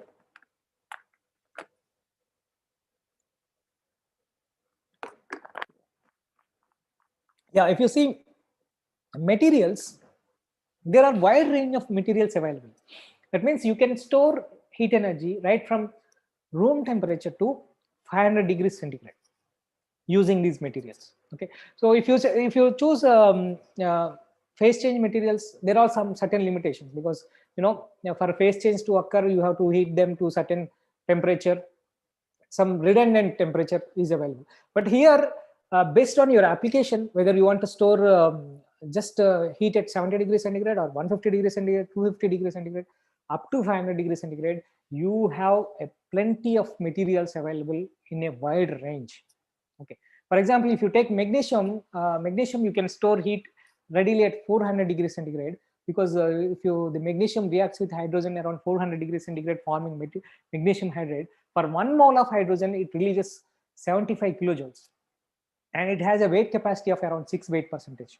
Okay, so that means it has a energy storage density of the order of more than 2,500 to 3,000 kilojoule per kg of the material, which is quite high, compared to your sensible and latent heat storage materials. Okay, so the problem is in designing the heat exchanger. How effectively you can design the heat exchanger for fast hydrogen absorption or desorption. Okay, so these magnesium materials are wonderful materials for the energy storage, that is heat storage. So there are many types of compounds can be formed with the materials magnesium. For example, if you just combine with nickel, you can form a kind of intermetallic, whether it is stoichiometric Mg2Ni or rich in Ni or rich in magnesium. You can add other intermetallic compounds like FeTA or MMNFi or other materials to magnesium to fine tune their PT relations or other properties, or you can use some catalysts like oxides, vanadium oxide, chromium oxide, or some composites you can make with metals, pure metals like titanium and all. So there are variety of combinations are possible, so that you can obtain materials for heat storage in a wide range. Okay, so this is a small experiment done by one of my colleague at IIT Madras to demonstrate the heat storage, thermal energy storage using a smaller reactor. He has taken some reactor where in this metal hydride is placed in this reactor, and the fluid is circulated in the outer jacket. Here one jacket is placed over it, then hydrogen is supplied through this sintered tube. So this copper fins are used to enhance the conductivity within the material. Okay, so we have developed an experimental setup to monitor the hydrogen, how much hydrogen is flowing through the bed or how much hydrogen is getting dissolved from the bed, and the all pressures and temperatures, the flow rate of the hydrogen can be monitored using this experimental setup. So this gives the variation of the hydrogen concentration as well as the temperature of the bed. If you see, if we are starting the reaction at 150 degrees centigrade, here during the hydrogen absorption, the temperature even is going up to 450 degrees centigrade. Okay, so initially the bed is maintained at 150 degrees centigrade. So when hydrogen getting absorbed, the bed temperature is going up to 450 degrees centigrade. So the same heat is transferred to the coolant. The rise in temperature of the coolant depends upon how much coolant you are circulating at what flow rate, etc., etc. Okay, but still it is possible to upgrade the heat also. Suppose you have a heat source at 200 degrees centigrade. You are dissolving hydrogen at 200 degrees centigrade. Okay, so somehow if you can increase the pressure of the hydrogen, then you absorb hydrogen at a higher pressure, then you can dissolve the heat at means you can retrieve the heat at more than 200 degrees centigrade, which is not possible in other cases. That is, we call it as heat transformation, to retrieving the heat at a very high temperature, higher temperature than the temperature where we are storing it. Okay, so it is almost 350. Can I continue, sir? Yes, please, sir.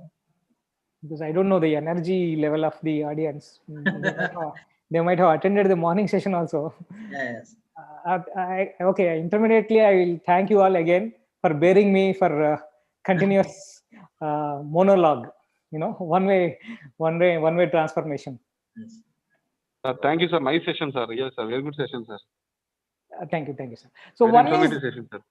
one of the important aspect is how heat and mass transfer happens within these beds. Okay, because that is going to, because these are all heat dependent, heat driven reactions. Okay, so once the hydrogen is getting absorbed, the heat is released, the bed temperature increases. As the bed temperature shoots up, the absorption rate decreases. So you have to maintain a particular temperature to maintain a good kinetics. Okay, so here what plays an important role is how well you design this heat exchanger, for the heat and mass transfer of heat transfer through the fluid and mass transfer of the hydrogen. This all depends upon the effective thermal conductivity of the bed, how heat conducts throughout the bed. Why we are calling it as effective thermal conductivity is it is a combination of the heat is conducted through the gas, through the solid, a combination of gas and solid. So that is why we are calling it as the effective thermal conductivity. So this information is very, very important and very vital in designing of these reactors. That is nothing but heat exchangers. That is heat and mass transfer devices. Okay, so we developed some techniques to measure the effective thermal conductivity. Why it is so difficult is here the bed parameters are varying. So you have a metal hydride, you are supplying hydrogen to it. So what happens once hydrogen gets absorbed, the material gets bulked. As the hydrogen going into the interstitial space, there will be expansion of the lattice. So as the lattice expands, the material gets bulked, and because of that, the contact resistance between the particle varies. The contact between the solid particles varies, and the path between the gas and solid varies, and the void space varies. Thereby porosity varies. There are many complexities, in the conduction of heat in these beds.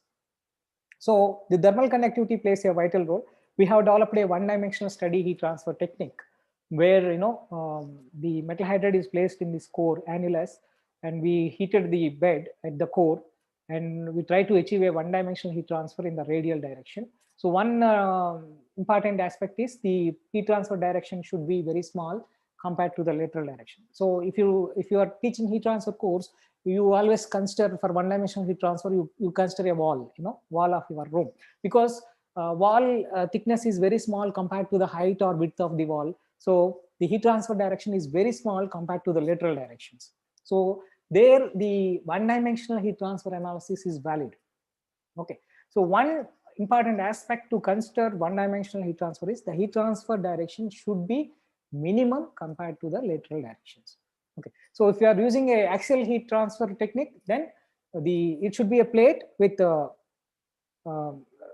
minimum thickness, so that heat transfer. So we try to mimic a one-dimensional heat transfer through it. Then we quantified the heat supplied to the heater. That heat is conducted through the bed. We place the thermocouples. Here the coolant is maintained to maintain a temperature gradient between the two surfaces of the metal hydride bed. So under steady states, we can measure the temperature gradient by knowing the heat transfer using the one-dimensional heat transfer equation. We can find out the thermal conductivity of the bed. Then obviously it was observed that this thermal conductivity is less. We have to follow some augmentation techniques. So we can insert the materials with high thermal conductivity. We can do compacting of the materials. we can do both the compacting as well as insertion of the high temperature, high conductivity materials to enhance the thermal conductivity, because this is going to play a vital role in the reactor design. Okay, so we have developed some kind of pellets with the insertion of this copper fins within the pellet, so that it enhances the heat transfer in the radial direction. These are all fins without compacts without the compacting is improves the solid to solid conductivity, thereby increases the effective thermal conductivity, or just a powder bed with simply inserting some copper fins in this. So we have estimated the effective thermal conductivity as a function of gas pressure. Hydrogen concentration also included in this, because as the pressure increases, the concentration of the hydrogen in the bed also increases. So it follows a similar to any packed bed model. With increase in pressure, the conductivity increases in the form of a tilted S-shaped curve. At low pressures, the Knudsen number is very less, does not contribute to the increase in conductivity. So at relatively Knudsen number becomes equal. That means the void space becomes equal to the mean free path of the hydrogen particles. Then the collisions contributes to the increase in effective thermal conductivity of the materials. So once the pressure increases further, it becomes like a continuous medium. Further increase in pressure does not contribute to the thermal conductivity. And one more important aspect is, once you have this thermodynamic as well as these thermophysical properties, how to design the metal hydride beds. Okay, generally these beds are either liquid cooled or air cooled. In case of liquid cooled, generally that liquid side the heat transfer coefficient is higher, so there will be good heat transfer between the two fluids. Here the two fluid, it is not actually two fluids, it is between the fluid and the metal hydride bed surface. But in case of the air cooling, you require some kind of heat exchanging, enhance the heat transfer by inserting some fins and all. So this is the work done by one of my colleague at IIT Madras.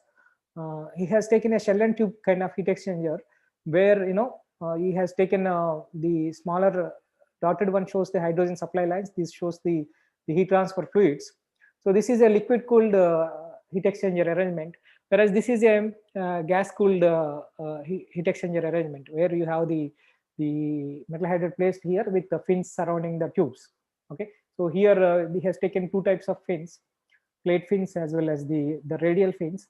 Then he has used the COMSOL multiphysics to model the reaction. So here modeling the reaction means you have to simultaneously solve the continuity equation of the hydrogen, the heat and mass transfer equations, and the momentum equation of the hydrogen, so that you get the variation of temperature, the variation of concentration as a function of time within the bed.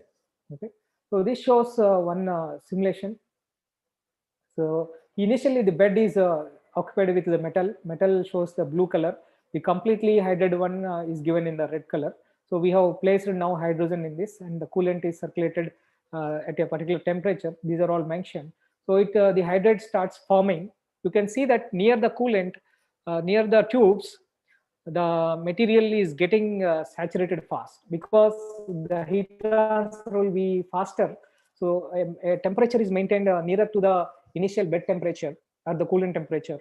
So the heat transfer is higher, the pressure gradient is higher in the near the tube conditions, so that they are getting saturated faster. So we can simulate like this how the absorption is happening, or how the desorption is happening, how much time it takes, at different regions, how it is happening. Is there any scope for the improvement of the heat transfer? Can we take so different designs without fabricating them? We can use the models like this, and we can simulate the absorption or desorption processes.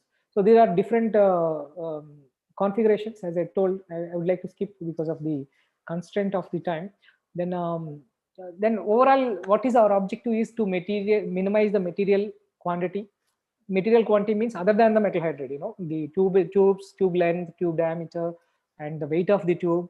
Okay, the space occupied by the metal hydride. So these all parameters need to be optimized to ideally develop a good reactor or a canister for either transportation application or even for the stationary applications. So once you develop all these hydrogen production and storage technologies, then using the hydrogen, fuel cell. Fuel cell is not a new technology. It is started developing way back in 1800s. So the first 1960 NASA used it, fuel cell for its space applications. Then they started exploring it for transportation applications. Now we are coming with the fuel cell cars. So this is one kind of fuel cell we call proton exchange membrane fuel cells. Here we have a the anode and cathode. Here the hydrogen gets dissociated because of the catalytic activity. Then we have a membrane which allows only the proton through it. That is why it is called proton exchange membrane. So once only proton going through this, the hydrogen, the remaining thing is only electron. Electron passes through the electric circuit. So that is nothing but the passage of the electrical energy. Again, this hydrogen, the proton and the electron mixes here, with oxygen, forming the water. That is the waste product of the fuel cell. So this is the simple working of a PEM fuel cell. So depending upon the temperature and applications, there are many types of fuel cells developed. For example, proton exchange membrane fuel cells, these operate near ambient conditions. Then phosphoric acid fuel cells, alkaline fuel cells, molten carbide fuel cells, and solid oxide fuel cells. The higher temperature are generally used for power production applications. So if you compare the efficiencies, the fuel cells are way ahead of the conventional engines. You can go up to a theoretical maximum efficiency. Maybe you can cross the Cornet efficiency also here, to the hydrogen near, approach near the Cornet efficiency using the fuel cells. So it can be staggered because single cell gives very less voltage. It can be staggered together for depending upon the applications from 1 watt to few megawatts. So this will be the future predicted energy spectrum. Okay, so you will have hydrogen either from the clean energy sources, either solar or wind or nuclear energy, or carbon captured fossil fuel energy. Then you are using water to produce this hydrogen. While producing hydrogen, you are releasing oxygen to the environment. Then this produced hydrogen is used for transportation or storage. Okay, then you are combusting them, and after combusting, you are again releasing the water to the environment. You are taking water and you are releasing environment to the environment. Here you are taking oxygen for the combustion, and here you are releasing the oxygen. So it is a completely sustainable circle. Continuously you can produce. There is nothing is exhausting here. The second option is you can use hydrogen or electricity produced from carbon dioxide or carbon monoxide free fuels. You can use a combination of electricity or hydrogen for different energy applications. Okay, so these to become sustainable, again you have to produce them from the renewable energy sources, either electricity or the hydrogen. Okay, so I rushed through a few slides to come back to the normal time, allotted time for me, that is 4 o'clock. Yeah, I before asking questions, I thank you all for bearing me for 2 hours after your lunch, which is hard time for anyone to awake, not to sleep during this time. Sir, one participant is asking Vijay Kumar. Yes, sir. What is the future prospects of IC engines using hydrogen? Yeah, there will be definitely. This is also one of the options, sir. But again, the efficiencies come into picture. Because fuel cells are more efficient than IC engines. People may go the arrow may go more towards the fuel cell. That is my prediction, sir. That is my personal prediction, sir. Because of the energy conversion because of the energy conversion efficiency, people may look towards the fuel cells. So, dear participants, please unmute your mics, and you can have any doubts, you can please ask.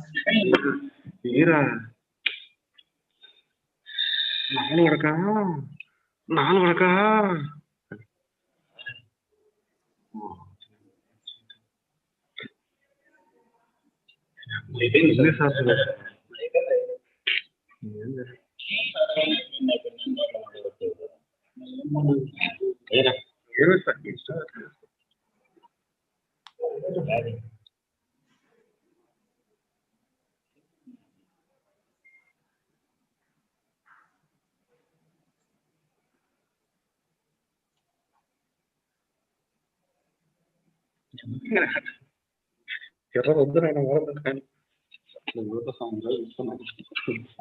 are getting only good feedback, sir, from the participants, and not getting any questions. Thank you very much, sir. Sir, thank you, sir. Nice session, sir. Very informative session, sir. Thank you, sir. Thank you. It's Any nice questions interacting. to the participants? It is nice interacting with you, sir. Thank you very much taking such an initiative, to conduct a FDP on a very important topic of intervening of this renewable energy sources at different spectrums. I hope it will be a grand success, with participating, getting actually and sharing their knowledge. Many experts might have are sharing their knowledges. I have seen that Professor Srinivas Reddy might have talked on solar Yesterday. Yeah, being busy with many of the aspects, I couldn't participate. I thought of attending his session, but I have many personal other meetings. Yeah, sir. Did not participate the sessions. Okay, sir. I think no questions from the participants. So thank you very much, sir. On behalf of RGM set, I must thank for you for accepting our invitation to give an expert talk on hydrogen-based energy systems for energy conversion and storage applications on this faculty development program, sir. So once again, we'll meet you for the phase 1. So we are expecting the another lecture from you, sir. Sure, sir. Sure. Anytime for you. It's my pleasure. Thank you very much. Thank you, sir. Nice interacting. Thank you, sir. Thank you, sir. So I sent an email, sir, to you.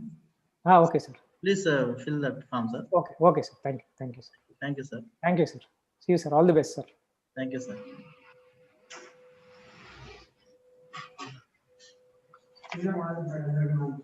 Huh?